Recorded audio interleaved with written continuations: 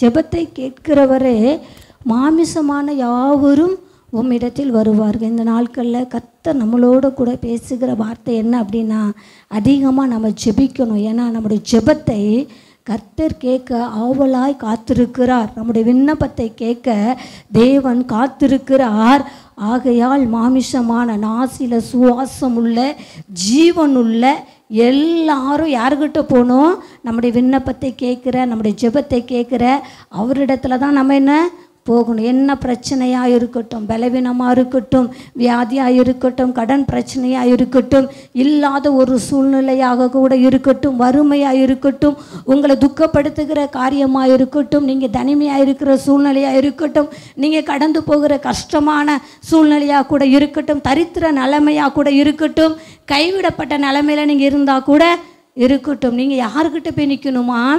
தேவன்கிட்ட போய் நிற்கணும். தேவ சமூகத்தில் நம்ம போய் நிற்கணும். ஏன்னா அவர் மட்டும்தான் நம்ம சத்தத்தை கேட்க, நம்ம பேசுகிறத கவனிக்கிறதுக்கு, நம்ம என்ன சொல்ல போகிறோம், என்ன விண்ணப்பத்தை நம்ம வைக்க போகிறோம், எதை நம்ம அவர்கிட்ட எதிர்பார்க்க போகிறோம், எதை கேட்க போகிறோம் அப்படிங்கிறது எல்லாவற்றையும் ஆவலாக கேட்டு உனக்கு அதை நம்மளுக்கு திரும்ப செய்ய அவர் மட்டும்தான் ஆவல் உள்ளவராய் விருப்பம் உள்ளவராக காத்திருக்கிறாராம். வேதம் அதை நம்மளுக்கு சொல்லி கொடுக்கிறது.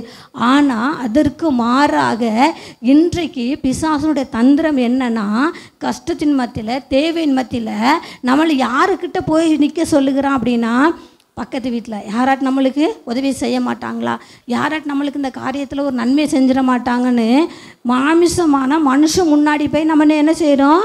நிற்கிறோம். ஆனால் அங்கேருந்து நம்மளுக்கு நன்மை எதுவுமே என்ன செய்ய கிடையாது, வர கிடையாது. ஆனால் ஒன்று சொல்லுவாங்க, தர்றேன், பிறவை பார்த்துக்கிறேன், எனக்கு வந்தால் நான் தரேன், எனக்கு கிடைச்சா நான் என்ன செய்கிறேன்?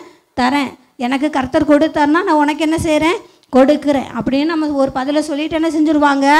அது வருமா வராதாங்கிறது அதுக்கு பிறகு அதுக்கு அடுத்த காரியம்.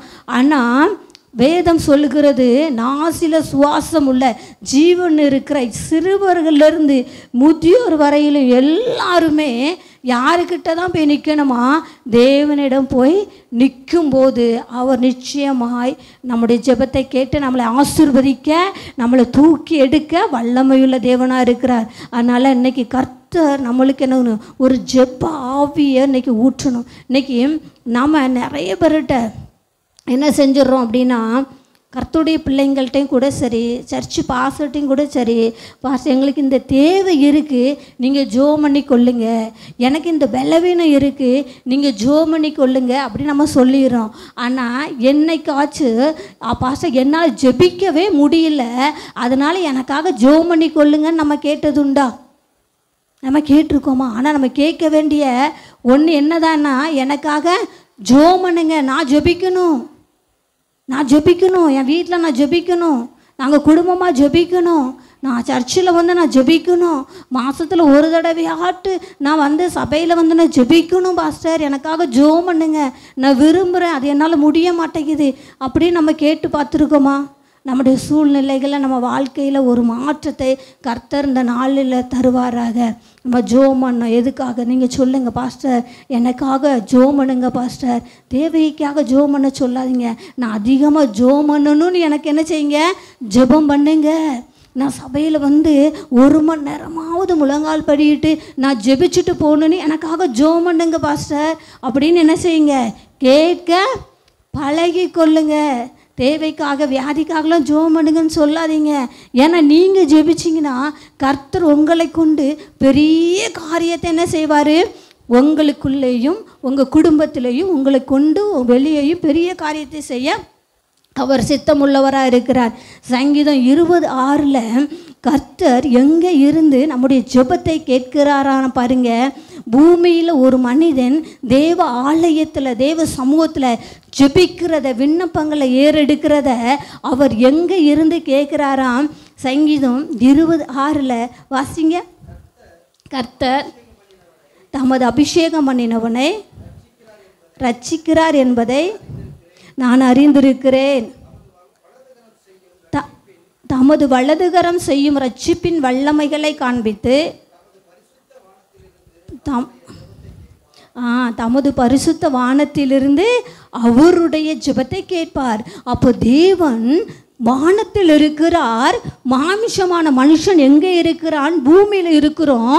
இந்த பூமியில் இருக்கிற மனுஷன் அவர் தான் வாசம் பண்ணும்படி தெரிந்து கொண்ட தேவ ஆலயத்தில் வந்து ஜெபிக்கிற, தன்னால் அபிஷேகம் பண்ணப்பட்ட தன்னுடைய பிள்ளைகளின் ஜெபத்தை அவர் எங்கே இருந்து கேட்கிறாராம்?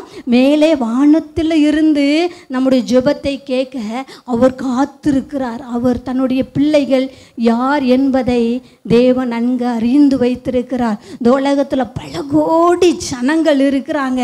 ஆனால் நீங்களும் நானும் பண்ணுகிற விண்ணப்பம் ஜெபம் அவருக்கு விசேஷமானது. தாம் பிள்ளைகளை அவர் நன்கு அறிந்து வைத்திருக்கிறார். ஒரு சிறுவன் ஒரு சுரங்க வேலை செய்கிற ஒரு இடத்துல வந்து நின்னான். தன் தகப்பனை பார்க்குறதுக்காக காத்து நின்னானா. எங்கள் அப்பா எப்போ வேலை முடிஞ்சு அந்த சுரங்கத்துக்குள்ளே இருந்து ஏறி மேலே வருவார் அப்படின்னு பார்க்குறதுக்காக காத்து கொண்டு இருந்தானா. அது நிலக்கரி சுரங்கம் பாருங்க. அதுக்குள்ளே போயிட்டு எல்லோரும் வேலை செய்யும்போது ஹெல்மெட்லாம் அணிஞ்சிக்கிட்டு முகத்தெல்லாம் மூடிக்கிட்டு அவங்களுக்கு தனி ட்ரெஸ்ஸு அதெல்லாம் போட்டுட்டு தான் உள்ளே போவாங்க. உள்ளேருந்து வெளியே வரும்போது யாருன்னு அடையாளமே தெரியாது. அப்போது அந்த சிறுவன் என்ன செஞ்சானா, தான் அப்பா வந்துடுவார் அப்படின்னு சொல்லிட்டு காத்திருக்கிறான் வெளியில்.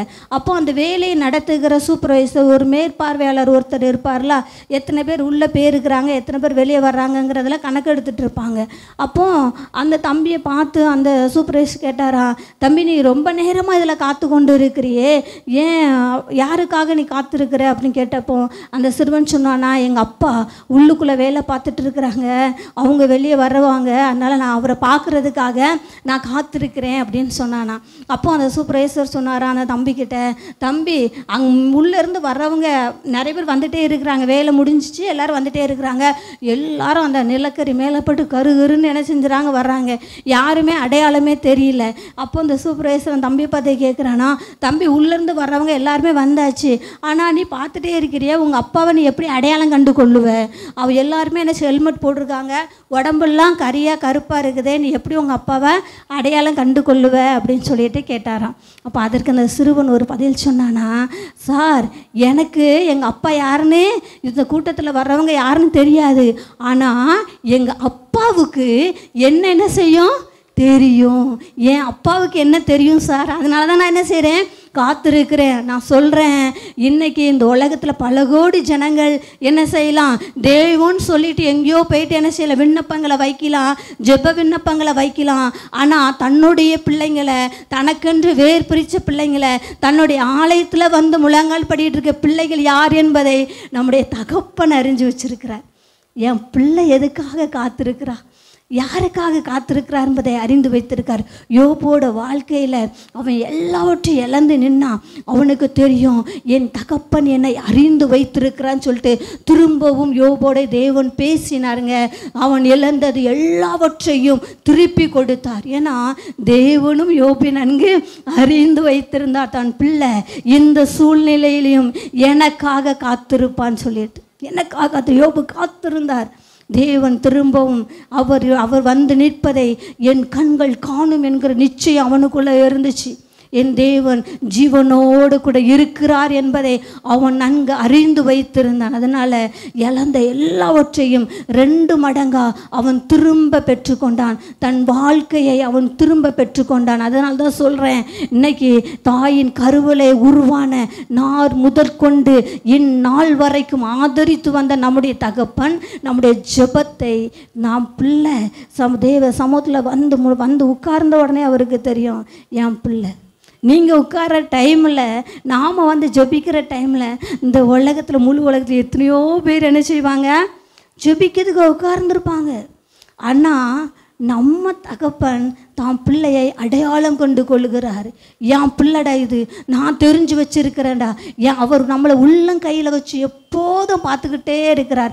நம்மளாம் நம்ம பிள்ளைகளுடைய ஃபோட்டோவை மொபைல்லையும் பர்ஸ்லையும் வச்சு தான் பார்த்துட்ருப்போம். எப்போமாவது தான் பர்ஸை திறந்து என்ன செய்கிறோம், பார்க்குறோம். மொபைல் ஆன் பண்ணும்போது மட்டும்தான் பார்க்குறோம்.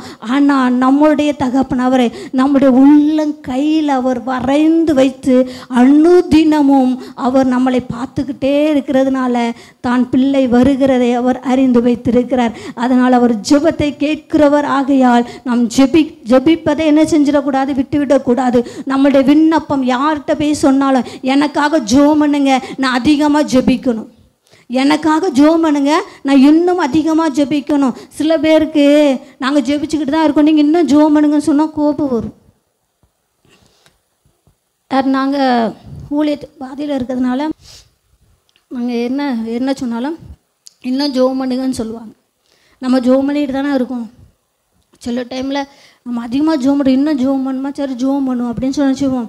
சரி இன்னும் ஜெபம் பண்ணும், எங்களுக்காக ஜெபம் பண்ணிக்கோங்கன்னு வந்தோன்னா சில பேர்ட்ட ஜெபம் பண்ணுங்கன்னு சொல்லுங்கண்ணே, நாங்கள் ஜெபிச்சுக்கிட்டு தானே இருக்கோம், என்ன நடந்திருக்கு அப்படின்னு சொல்லிட்டு என்ன செய்வாங்க, அதே ஒரு அற்பமாய் ஒரு சாதாரண காரியமாக என்ன செஞ்சுருவாங்க, விட்டுட்டு போயிடுவாங்க. அதல்ல, ஜெபம் நம்முடைய வாழ்க்கையில் பெரிய காரியத்தை செய்யும். 1 ராஜாக்கள் 8:30 அதிகாரத்தில் நம்ம பார்த்தோன்னா சாலமோன் தேவ ஆலயத்தை கட்டி முடித்த பின்பு அதை பிரதிஷ்டை பண்ணுகிற வேளையில் அவன் ஜெபத்தை ஏறெடுக்கிறான். அநேக ஜெபங்களை தன்னுடைய தேவனுக்கு முன்பதாக அவன் வைக்கிறதை நம்ம பார்க்க முடியும். அந்த இடத்துல 7 இடத்துல அவர் தேவன் பரலோகத்தில் இருந்து இந்த ஸ்தலத்தில் ஏறெடுக்கிற என் ஜெப ஜனங்களுடைய விண்ணப்பங்களுக்கு நீங்கள் என்ன பதில் கொடுத்து அதை நீங்கள் செஞ்சு கொடுக்கணுப்பான்னு சாலமோனை ஜெபிக்கிறதை நம்ம பார்க்குறோம் பாருங்கள். ஆனால் ஏன்னா சொல்கிறேன்னா, தேவன் பரலோகத்திலிருந்து நம்முடைய ஜெபத்தை கேட்க அவர் ஆயத்தமாக இருக்கிறார் என்பதை நம்ம மறந்து போகக்கூடாது. நம்ம பூமியில் இருக்கிறோம் என்பதையும் மறந்து போகக்கூடாது. அவர் ஜெபம் பண்ணும் போதே சொல்லுகிறார், அயலான் வந்து தன் பிள்ளைகளுக்கு வருகிற அநேக சோதனைகளே சாலமோன் முன்னமே அறிந்து வைத்திருக்கிறான் பாருங்க. ஆலயத்தில் அவன் சொல்லுகிறான், தேவ சமூகத்தில் தன்னுடைய பிள்ளைகளிடம் அயலான் வந்து தன் பிள்ளைகளை சத்தியம் பண்ண சொல்லும்போது, நீர் என்ன செய்யணும், தன் பிள்ளைங்க வருத்தப்பட்டு உம்முடைய சமூகத்துக்கு வந்து அதை ஜெப விண்ணப்பமாக ஏறெடுக்கும்போது நீ பரலோகத்தில் இருக்கிற பரலோகமாகி உம்முடைய வாசஸ்தலத்திலேயே நீர் அதை கேட்பீராக. பரலோகத்தில் இருந்து அவர் அதை கேட்டு தம் பிள்ளைகளே நீர் அயலானுடைய கைக்கு அவர்களை நீர் விடுவிக்கணும் அப்படின்னு அவர் கேட்குறார். 2வது, கர்த்தருக்கு விரோதமாய் தம் பிள்ளைங்க பாவம் செய்யும்போது, நம்மளும் அன்றைக்கி நிறைய சத்தியத்துக்கு விரோதமான காரியங்களை தான் செஞ்சுக்கிட்டு இருக்கிறோம்.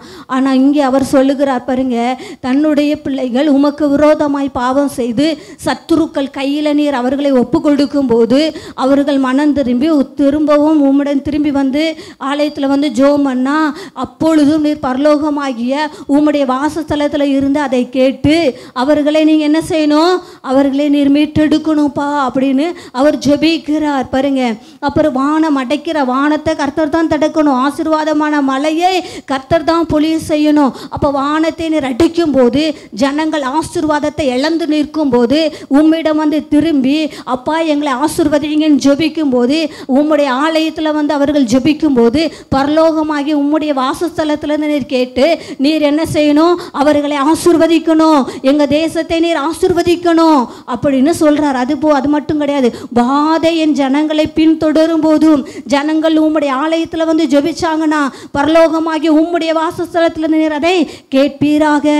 அந்நிய ஜாதியார் உம்முடைய ஜனங்களுக்கு விரோதமாக எழும்பி வரும்போதும் நீர் உம்முடைய பிள்ளைகள் உம்முடைய ஜெபம் பண்ணும் போது நீங்கள் அதை கேட்கணும்ப்பா. யுத்தத்தின் நாட்களிலும் தன்னுடைய பிள்ளைகள் உம்மை நோக்கி விண்ணப்பங்களை ஏறெடுக்கும் போது பரலோகத்தின் தேவநீர் அதை கேட்பீராக சொல்லிட்டு அநேக காரியங்களை சாலமோன் தேவ சமூகத்தில் ஆலயத்தில் அவன் ஏறெடுக்கிறார்.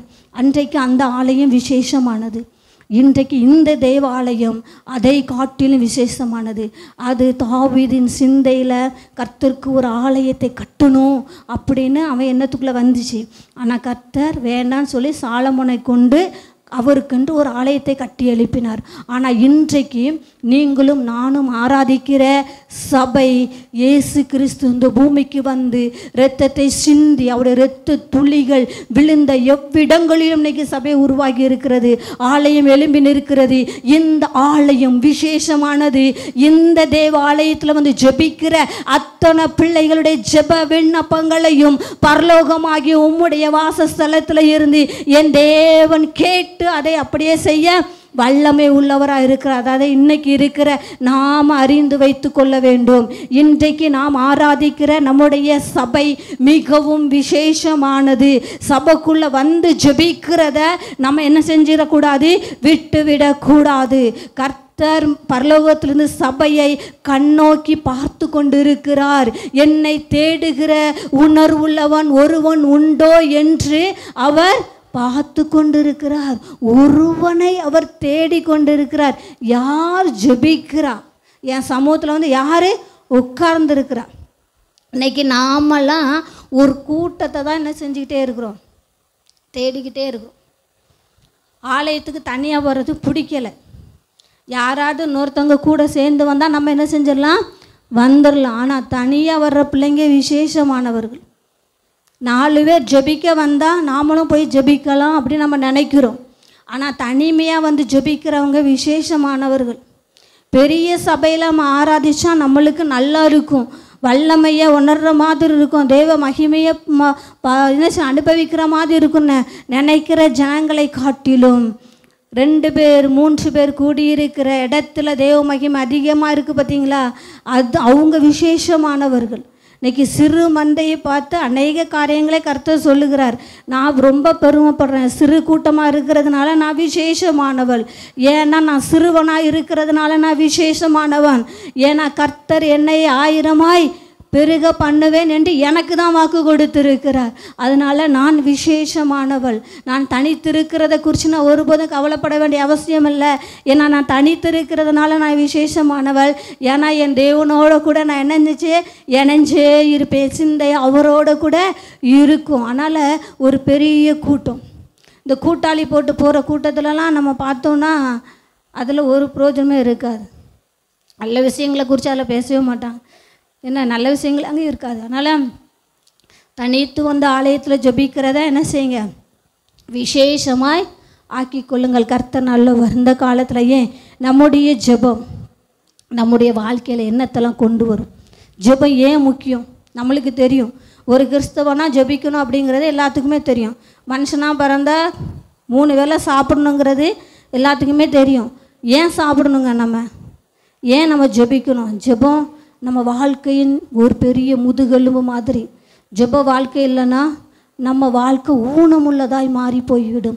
அப்போ ஜெபம் என்ன செய்யுது? நான் ஏன் ஜெபிக்கணும்? ஜெபம் என் வாழ்க்கையில் என்னத்தை கொண்டு வருது? ஏன் நான் ஆலயத்தில் வந்து நான் எதுக்கு ஜெபிக்கணும்? நான் ஏன் தனித்திருந்து ஜெபிக்கணும்? நான் ஏன் முழங்கால் படிக்கிட்டு ஜெபிக்கணும்? நான் ஏன் அழுது ஜெபிக்கணும்?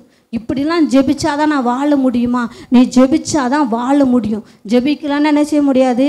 ஏதோ ஒன்று எங்கேயோ நம்ம என்ன செஞ்சிட்ருக்கோம், இழந்துக்கிட்டு தான் இருக்கிறோம் என்பதை நம்ம மனசில் வச்சுக்கணும். முதல் காரியம், நாம் பண்ணுகிற ஜெபம் தேவன் நம்ம மேலே வச்சிருக்கிற திட்டத்தை கூட மாற்றிடுமா. ஏன் தெரியுமா? ஆச்சு வித்தியாசமாக இருக்குல்ல. என்ன தேவ சித்தத்தை தானே நம்ம செய்யணும் அப்படின்ட்டு சில டைமில் தேவ சித்தம் நம்மளால் என்ன செய்ய முடியாது, ஏற்றுக்கொள்ள முடியாது. அவர் சொல்கிற சில காரியங்களை நம்மளால் என்ன செய்ய முடியாது, ஏற்றுக்கொள்ள முடியாது. அதனால தான் இந்த பாயிண்டை நான் கொண்டு வந்தேன். தேவனின் சித்தத்தை கூட மாற்ற வைக்க முடியும் நம்மளுடைய ஜெபத்தினால். எத்தனை பேர் விசுவாசிக்கிறீங்க? நிச்சயமாக மாற்ற முடியும். நான் சொல்கிறேன். 2 ராஜாக்கள் 20:1. 2 ராஜாக்கள் 20:1. அந்நாட்களில் எசேக்கியா வியாதிப்பட்டு மரணத்துக்கு ஏதுவாக இருந்தான். அப்பொழுது ஆமோஸின் குமாரனாகிய ஏசாயா என்னும் தீர்க்கதரிசி அவரிடத்தில் வந்து அவனை நோக்கி, நீர் உமது வீட்டு காரியங்களை ஒழுங்குபடுத்தும், நீர் பிழைக்க மாட்டீர், நீர் மரித்து போவீர் என்று கர்த்தர் சொல்லுகிற. இங்கே எசேக்கியா மேலே கர்த்தருடைய சித்தம் என்ன? உன்னுடைய வாழ்க்கை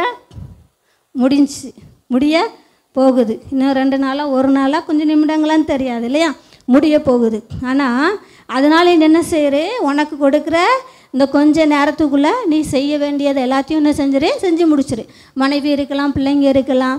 அவன் எசேக்கியா வந்து ராஜா, யூதாவினுடைய ராஜா, தாவீதின் வம்ச வழியில் ராஜாவானவன். ஆகாசுவின் குமாரன் எசேக்கியா யூதாவின் ராஜாவாய் 25 வயதில் ராஜாவானான் எசேக்கியா. கர்த்தருக்கு பிரியமானதை செய்தான். அவன் ராஜாவா ஆன உடனே விக்கிரக தோப்புகள் எல்லாத்தையும் அகற்றி போட்டிருக்கிறான். 2வது, மோசையினாலே செய்யப்பட்ட வெண்கல சர்ப்பத்தை உடைத்தவன் எசேக்கியா. தேவனுடைய நியாயப்பிரமாணத்தின்படி நடந்தவன். ஆகையால் தேவன் அவனோடு கூட இருந்தாராம். அப்போ தேவனுக்கு ரொம்ப பிரியமானவனாக வாழ்ந்திருக்கிறான் எசேக்கியா, ரொம்ப பிரியமானவன். யுத்தங்கள் வரும்போதெல்லாம் நம்ம 2 ராஜாக்கள் நான் படிச்சுட்டு இருக்கும்போது பார்த்தேன். அந்த ராஜாக்கள்லாம் யுத்தம் பண்ணும்போது ஜனங்களுக்குள்ளெல்லாம் தேவனை குறித்து நம்பிக்கையை கொடுத்து, நம்முடைய தேவன் நம்மளை கைவிட மாட்டார், தைரியமாக இருங்கன்னு நம்பிக்கையை கொடுத்து தான் ஜனங்களை உற்சாகப்படுத்துறதை பார்க்க முடியும். ராஜாக்கள் வந்து சொல்லுவாங்க, உன் தேவன் உங்களை விடுவிப்பாரோ, இதுவரைக்கும் உங்களை காப்பாற்றினதே இல்லையே, இன்னும் எந்த தேவன் உங்களை வந்து காப்பாற்றுவார்னு கேட்கும்போதெல்லாம், இல்லை என் தேவன் எங்களை விடுவிப்பார், எங்களை காப்பாற்றுவார்னு சொல்லி தன்னுடைய ஜனங்களை உற்சாகப்படுத்தி தேவன் மேலே வச்சுருக்க அந்த நம்பிக்கையை விடாமல் பற்றி கொண்டிருந்தவன் எசேக்கியா. சாதகம் இல்லாத சூழ்நிலையிலையும் தேவனை பற்றி கொண்டிருந்தவன் எசேக்கியா. பாருங்க, அந்த டைமில் எசேக்கியா வியாதிப்பட்டுட்டான், படுக்கையாயாச்சு, இப்போ சாக போகிறது. அப்போ வந்து தன்னுடைய ஊழியக்காரன் மூலமாக, தீர்க்கதரிசி மூலமாய் தேவன் தெளிவாய் தன்னுடைய சித்தத்தை வெளிப்படுத்துகிறார்.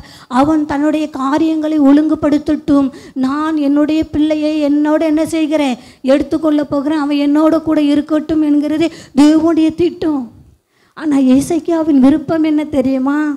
அவனுக்கு இங்கேருந்து போகிறதுக்கு விருப்பமே கிடையாது. இன்னும் என்ன செய்யணும்,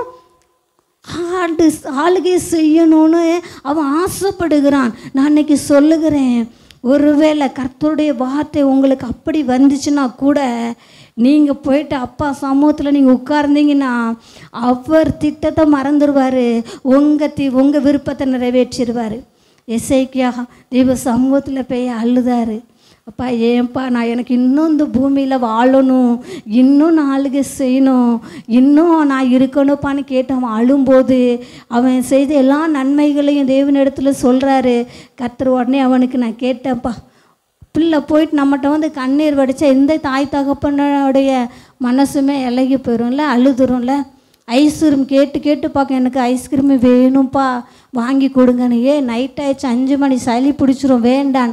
ஆனால் அதை அழுதுருச்சுன்னு சளி பிடிக்கிறதே மறந்து நம்ம வாங்கி கொடுத்துறோம்ல. நம்ம இங்கே இருக்கிற தாய் தகப்பன் அதை காட்டிலும் மேலானவர் நம்முடைய தகப்பர்.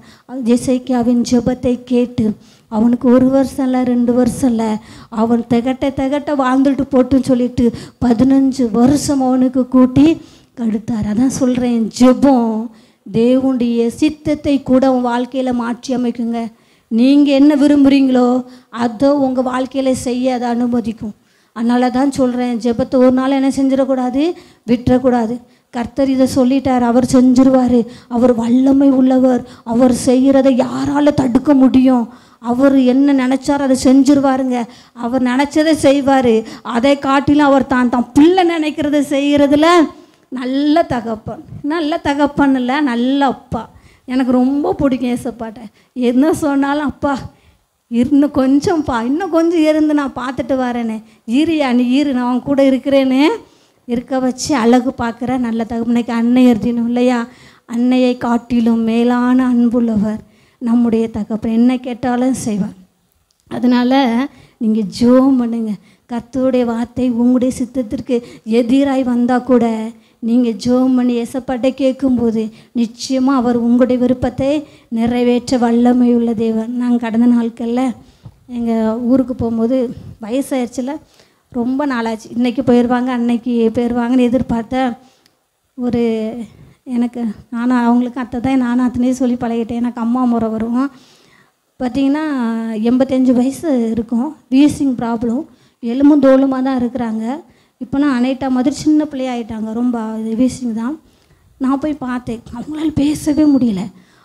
அவங்ககிட்ட போய் கேட்டேன், அடுத்து நீங்கள் வரும்போது நான் இருப்பேனான்னு தெரியல, இதை தான் எப்போ போனாலும் சொல்லுவாங்க. அப்போது நானே சிரிச்சுக்கிட்டு நீங்கள் இருப்பீங்க அம்மா அப்படின்னு சொல்லிட்டு சொல்லும்போது சொன்னாங்க, ஆமாப்பா இன்றைக்கி தான் இப்போ தான் கொஞ்சம் முன்னாடி நான் உட்கார்ந்து அழுதேன் பார்த்துக்கோமா. அழுதுட்டு, ஏசப்பா ஏன்பா நான் எல்லாத்தையும் தூக்கி வளர்த்தேனே, நான் எல்லாத்தையும் பார்த்தேனே, இன்றைக்கி என்னால் சாப்பிடக்கூட முடியலையே, என்னை விசாரிக்க கூட யாருமே இல்லையே, நான் ரொம்ப கஷ்டப்படுறப்பான்னு கண்ணீர் விட்டு அழுதேனா.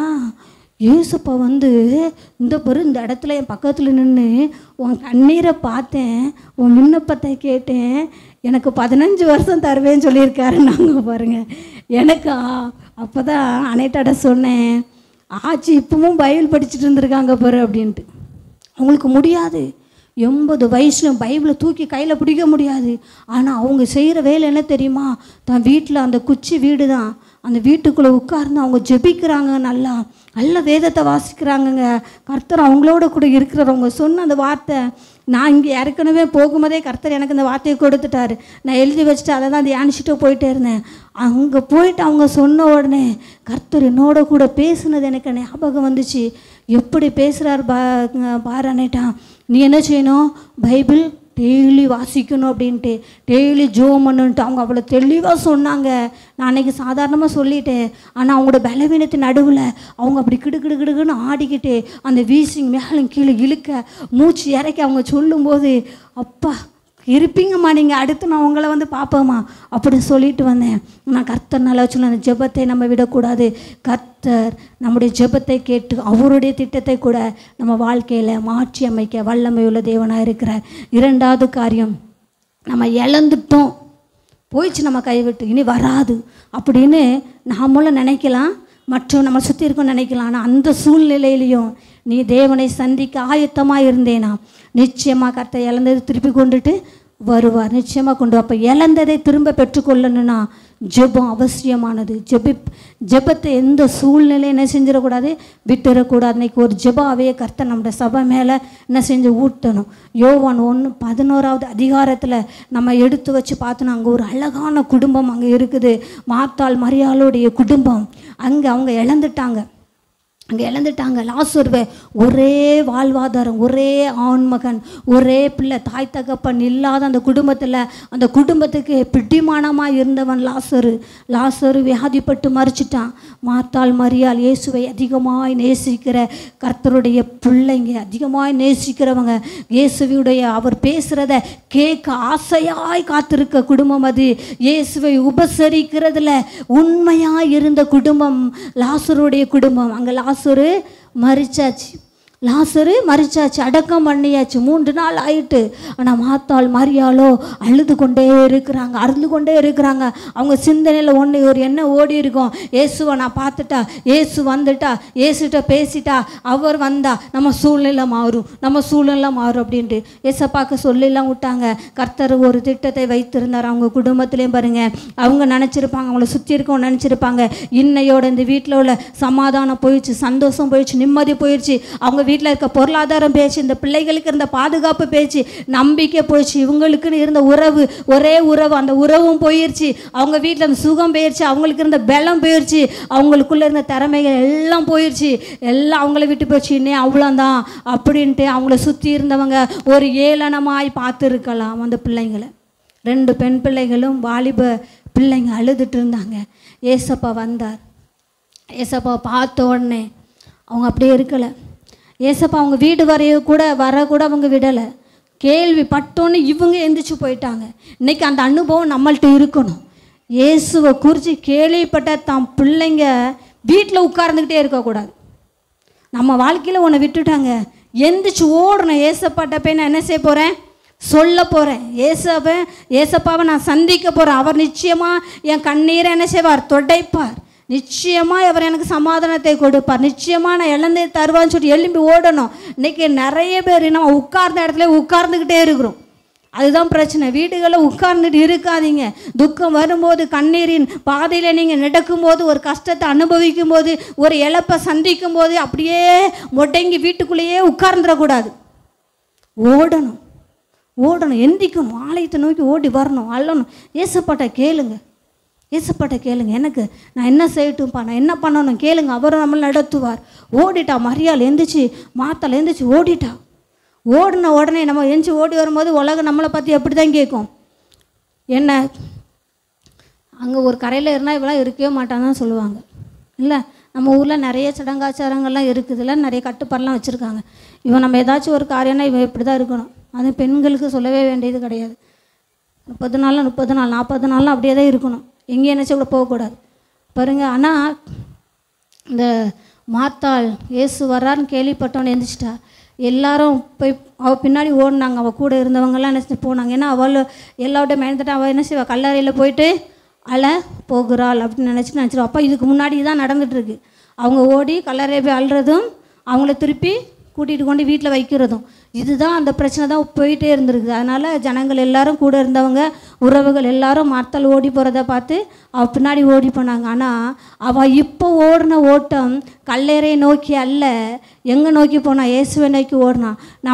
நம்ம எந்திரிச்சோன்னா இயேசுவுக்காக எந்திரிக்கணும், இயேசுவை நோக்கி தான் நம்ம கால் ஓடணும், வேறு எங்கேயும் போகக்கூடாது. அவள் இயேசுவை நோக்கி ஓடினா ஏசப்பா அவளை அவங்க கண்ணீர் விட்டதை பார்த்து அந்த இடத்துல தான் போட்டிருக்கோம், அவரும் கண்ணீர் விட்டார். நம்மளோடு கூட அழுகிற ஒரு நல்ல தகப்பன் நம்மளுக்கு இருக்கிறார் என்பதை நம்ம கண்ணீரின் பாதையில் கடந்து போகும்போது மறந்து விடக்கூடாது.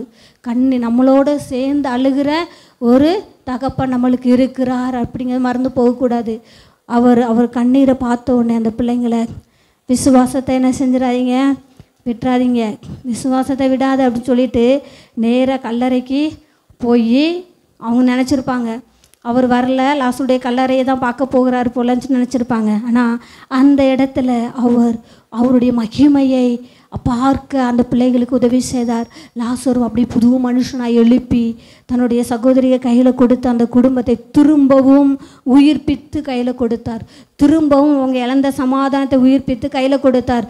திரும்பவும் அவர்கள் இழந்த சந்தோஷத்தை உயிர்ப்பித்து கையில் கொடுத்தார். திரும்பவும் அவங்க இழந்த பொருளாதாரத்தை உயிர்ப்பித்து கையில் கொடுத்தார். திரும்பவும் அந்த பிள்ளைங்க இழந்துட்டேன்னு நினச்சி இந்த பாதுகாப்பை உயிர்ப்பித்து கையில் கொடுத்தார். நம்பிக்கை இல்லை, நம்பிக்கை இழந்திருந்த அந்த சூழ்நிலையை திரும்பவும் உயிர்ப்பித்து அவர் கையில் கொடுக்கிறத நம்ம பார்க்க முடியும். அப்போ நாம் கடந்து போகிற அந்த கண்ணீரின் பாதையில் நம்ம யாரை நோக்கி ஓடுகிறோம் என்பதில் நாம் கவனம் உள்ளவர்களாக இருக்கும்போது நிச்சயமாய் நம்முடைய பாதையை கர்த்தர் மாற்றி அமைக்க வல்லமையுள்ள தேவனால் சொல்கிறேன்.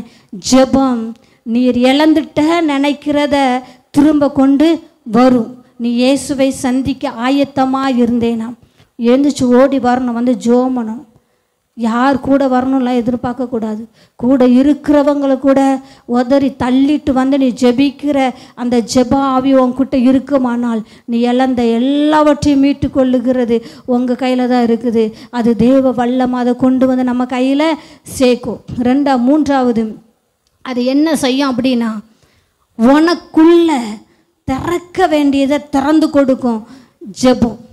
திறக்க வேண்டிய ஜெபம். ஏன்னா நிறைய நேரத்தில் நம்மளுக்குள்ள கர்த்தர் சில வேலைகளை செய்ய ஆயத்தமாக இருப்பார். அப்போனா நம்மளுக்குள்ள திறக்க வேண்டிய சில பகுதிகள் திறக்கும் போது தான் ஆசீர்வாதம் நம்மளுக்குள்ள கடந்து வரும். சில வாசல்கள் நம்மளுக்குள்ள அடைச்சிருக்கும், சில வாசல்கள் நம்மளுடைய வாழ்க்கையில் நமக்குள்ள அடைச்சிருக்கும். அதை திறக்கணும் அப்படின்னா ஜெபம் அவசியமானது. அப்போ என்னென்னா, நம்மளுக்குள்ள திறக்க வேண்டியதை திறக்க ஜெபம் அவசியமானது. அதனால் நீங்கள் கண்டிப்பாக என்ன செய்யணும், அதிகமாக ஜெபிக்கணும். அன்னாள் அதை அறிந்து ஜோமனினாள்.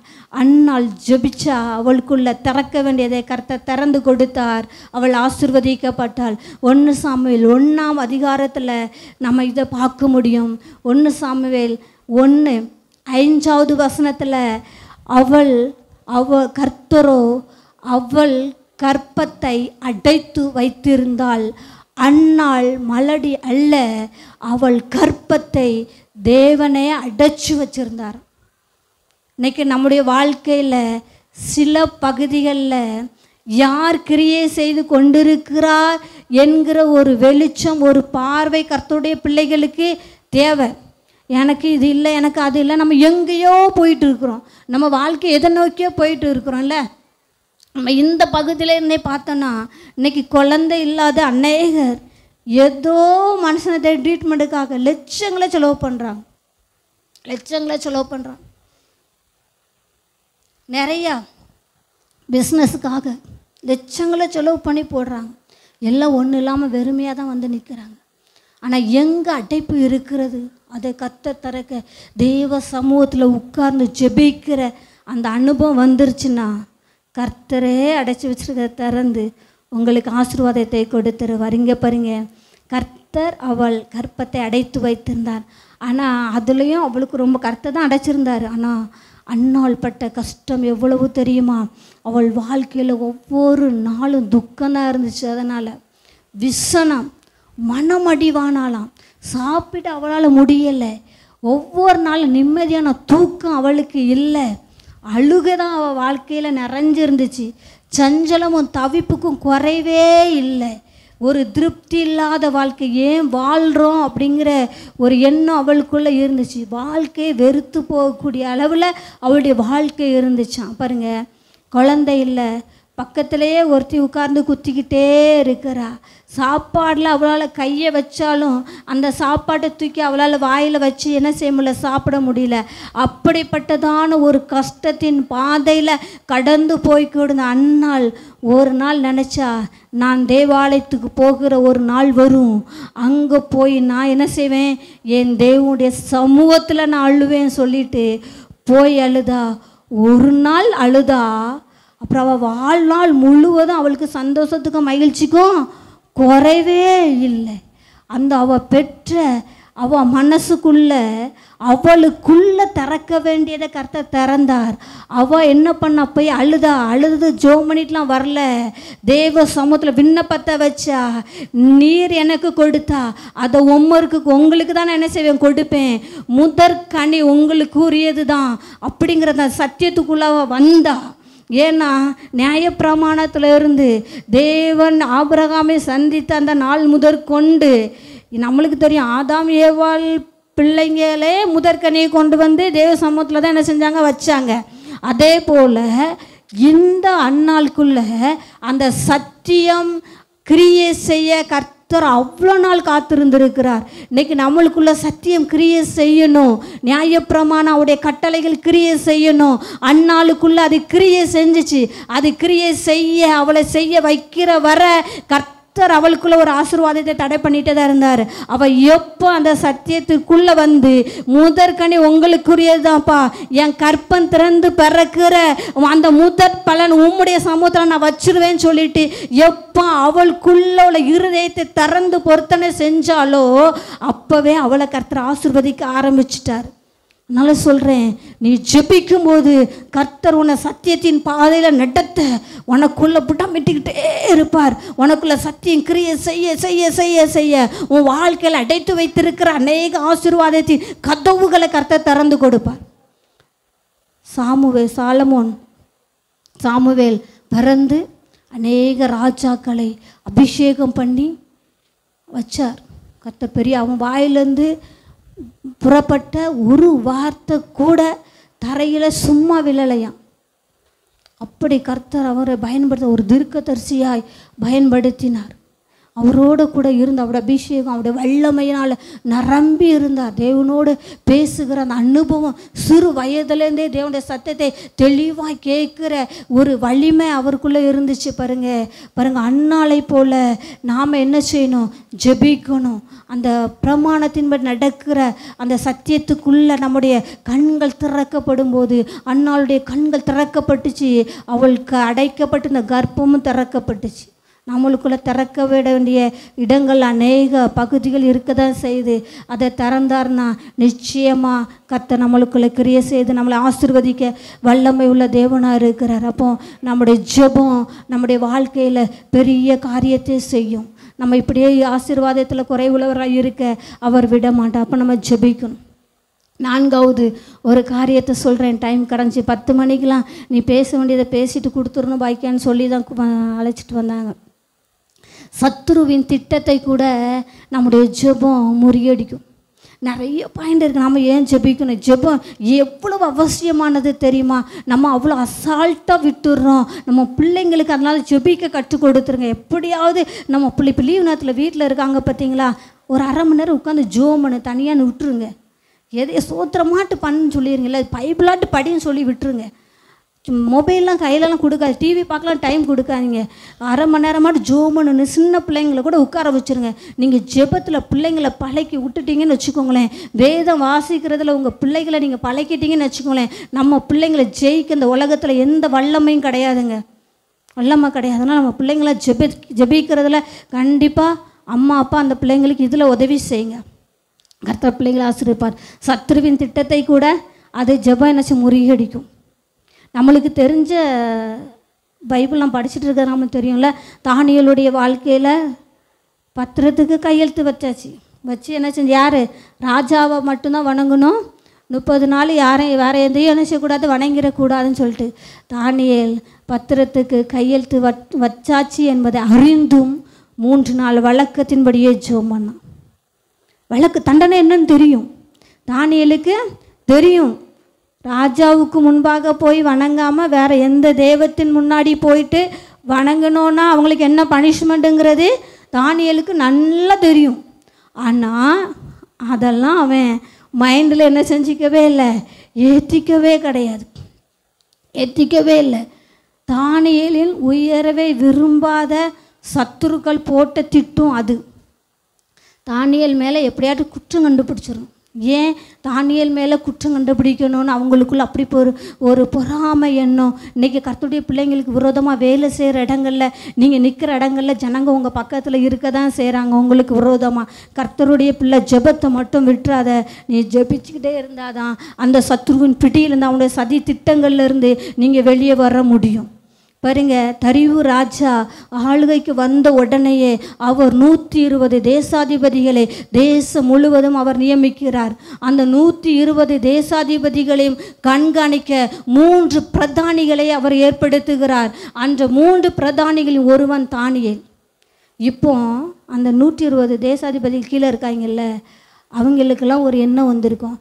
தானியேல் அடிமையாக கொண்டு வரப்பட்டவன், தானியேல் அடிமையாக பாபிலோனுக்கு சிறைப்பிடித்து கொண்டு வரப்பட்டவன். ஆனால் அங்கே தானியேலை தேவன் உயர்த்தி வச்சார். ஏன்னா தானியேலுக்குள்ளே தேவனுக்குள்ளே இருக்க அந்த வைராக்கியம், சாப்பாட்டில் கூட நான் தீட்டுப்படுத்த மாட்டேங்கிற ஒரு வைராக்கியம் இருந்துச்சு. திங்குற சாப்பாட்டில் கூட என் தேவனை நான் தீட்டுப்படுத்த மாட்டேங்கிற வைராக்கியத்தை கர்த்தர் பார்த்தாரு, அவனை உயர்த்தி வச்சார். வைராக்கியம், கர்த்தருடைய பிள்ளைங்களுக்கு வைராக்கியம் இருக்கணும். கர்த்தருடைய காரியங்களில் சத்தியத்து நிமித்தம் வைராக்கியம் இருக்கணும், வேற எதுவும் வைராக்கியம் இருக்கக்கூடாது. இன்றைக்கி நம்மளுக்கு நிறைய வைராக்கியம் வேறு விதத்தில் தான் இருக்குது, ஆனால் அங்கே இருக்கக்கூடாது. அந்த வைராக்கியம் வேஸ்ட்டு, அதெல்லாம் நம்மளை எங்கேயாட்டு கொண்டு போய் என்ன செஞ்சிடும், தள்ளி விட்டுரும். ஆனால் சத்தியத்து நிமித்தம் தேவனுக்குரிய காரியங்கள் நிமித்தம் வைராக்கியம் இருந்துச்சுன்னா கர்த்தர் நம்ம பிள்ளைங்களை உயர்த்தி வைப்பார். அந்த வைராக்கியம் நம்மளுக்கு தேவை. தானியேல் வைராக்கியமாக இருந்தால் அங்கே அந்த தேசாதிபதிகளுக்குள்ள ஒரு எண்ணம் வந்துருச்சு, நம்மளுக்கு மேலே தானியேலா, இப்போ இவனுக்கு ஏதாச்சும் என்ன ஏதாச்சும் ஆப்பு வச்சிட வேண்டியதான், ஏதாச்சும் அவன் மேலே குற்றம் கண்டுபிடிக்கணும் அப்படிங்கிறதுலாம் ரொம்ப கர்ஷனையோடு இவங்களாம் செயல்பட்டுட்டு தானியேலை பார்க்குறாங்க. எந்த விதத்துலேயும் குற்றம் கண்டுபிடிக்க முடியல. தரிவு ராஜாவுடைய சிந்தனையில் இன்னும் ஒரு எண்ணம், இன்னும் தேசம் முழுவதுக்கும் தானியேலையே என்ன செஞ்சிடலாம், ஆளுகையில் வச்சிடலாங்கிறது ராஜாவுடைய சிந்தனையில் வந்துருச்சு. ஏன்னா ராஜா தானியேலை பார்க்குற, அவன் எல்லாவற்றிலும் உண்மை உள்ளவனாக இருக்கிறான், அவன் தேவ பயம் அவனுக்குள்ளே இருந்ததுனால எல்லாவற்றிலும் அவன் உண்மையாக இருக்கிறத பார்க்குறாரு. அதனால் ராஜாவுக்குள்ளேயும் ராஜ்யம் முழுவதுக்கும் அவரை அவனுக்குள்ளே விசேஷ ஆவி ஒன்று இருக்குது, அவனுக்குள்ளே அவன் எல்லாவற்றையும் நேர்மையாய் நேர்த்தியாய் செம்மையாக தான் சேர்ந்து முடிக்கிறார் அப்படிங்கிறத பார்க்குறாரு. பார்த்துட்டு இவனை கொண்டு வைக்கணும்டா, இவனை கூடவே வச்சுக்கணுங்கிறது தரிவு ராஜா கூட ஆசை. இதை பார்த்த தேசாதிபதிகள்லாம் சும்மாவா இருப்பாங்க, நீங்கள் வேலை செய்கிறதுல கொஞ்சம் இருந்து பாருங்கள், உங்களை கொஞ்சம் உங்கள் திறமையை பார்த்து உங்கள் டேலண்ட்டை பார்த்து நீங்கள் டைமுக்கு போய் டியூட்டியில் ஜாயின் பண்ணிடுறீங்க, இவன் தான் டைமுக்கு இருக்கிறாயா, இவன் தான் சொன்னதை கரெக்டாக செய்கிறாயாங்கிறத பார்த்து உங்களை ஒருபடி மேலே, இவனு கீழே ஒரு 25 பேரை கொடுத்து இவனை பார்க்க வைக்கலான்னு வச்சுட்டாங்கன்னு வச்சுக்கோங்களேன், உங்களை சும்மா விடுவாங்களா? இன்னைக்கு வந்தவன் 1 வருஷம்தான் வேலை பார்த்துருக்கான், இவனுக்கு கீழே நாமளா விரும்பவே மாட்டாங்க. மனுஷன் ஆவி அதை ஏற்றுக்காது. ஆனால் தானியேலும் இங்கே நம்மளை போல் ஒரு பிரச்சனைக்குள்ளே தான் வர்றாரு. அப்போ தான் இவங்கெல்லாம் திட்டம் போட்டு எல்லா வேலையில தேடுறாங்க, குற்றம் கண்டுபிடிக்க முடியல, ஒரு முகாந்தரமும் கிடைக்கல. வச்சாங்க எங்கே, தேவனை தேடுகிற காரியத்தில் தான் இவனை முகாந்தரம் கண்டுபிடிக்க முடியும். ஏன்னா அங்கே தான் அவர் வைராக்கியமாக இருக்கிறான்.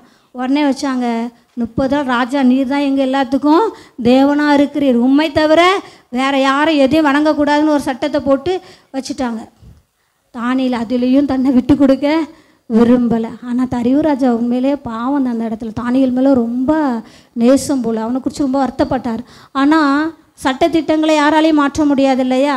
அதனால் தானியேலை கொண்டு போய் சிங்க கெபிகளை போடுறதுக்கு ராஜாவும் ஒப்பு கொடுத்தார். ஆனால் ராஜாவுக்கு ஒரு விசுவாசம் இருந்துச்சு, தானியேல் ஆராதிக்கிற தேவனே தேவன் நிச்சயமாய் தானியேலை வெளியே கொண்டு வருவாருங்கிற. நைட்டு ஃபுல்லாக தூங்கலை. தானியேல் காலையில் போய் தானியேலை சந்திக்க ராஜா ஆயத்தமாக இருக்கிறார். அங்கே சிங்க கெபியில் தானியேலை சந்திக்க தேவன் ஆயத்தமாக இருந்தார். முன்னாடியே போய் பாருங்கள், நம்ம ஜெபம் நம்மளுக்கு விரோதமாக இதை தான் செஞ்சுருக்காங்கன்னு நம்மளுக்கு தெளிவாக தெரிஞ்சாலும் நம்ம பண்ணுகிற ஜெபம் நம்மளை பாதுகாக்குங்க. ஜெபம் உங்களை பாதுகாக்கும். கர்த்தர் அங்கே வந்து கிரியை செய்வார்.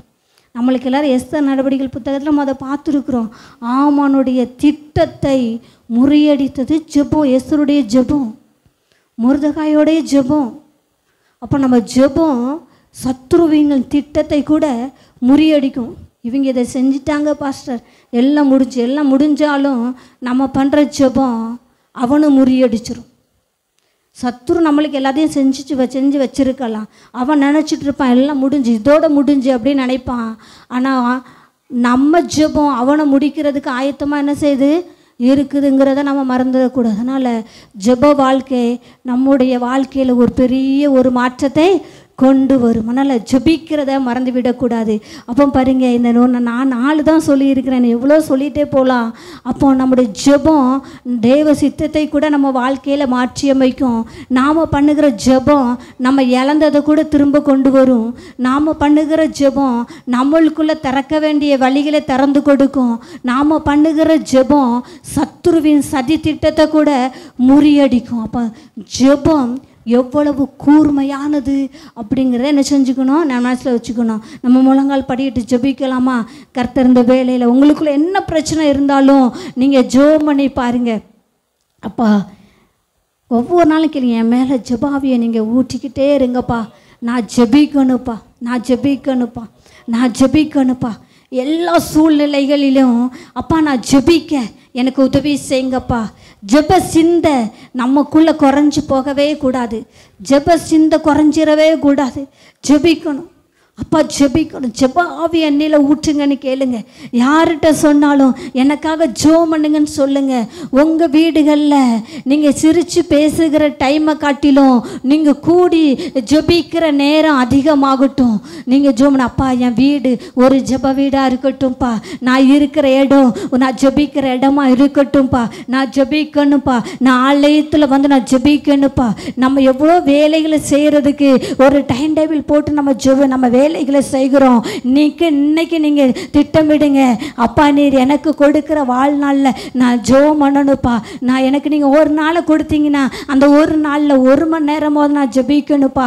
எனக்கு நீங்கள் 30 நாட்களை கொடுக்குறீங்கன்னா அதில் ஒரு நாளாவது நான் ஆலயத்தில் வந்து நான் முழங்கால் படிட்டு ஜெபிக்கிற அந்த அனுபவத்துக்குள்ளே என்ன நீங்கள் கொண்டு வந்துருங்கப்பான்னு நீங்கள் கேளுங்க. அல்லேலூயா, நான் ஜெபிக்கணுப்பா. இன்றைக்கு அப்பா உடைய சமூகத்தில் ஜெபிக்க என்னை அர்ப்பணிக்கிறேன்ப்பா.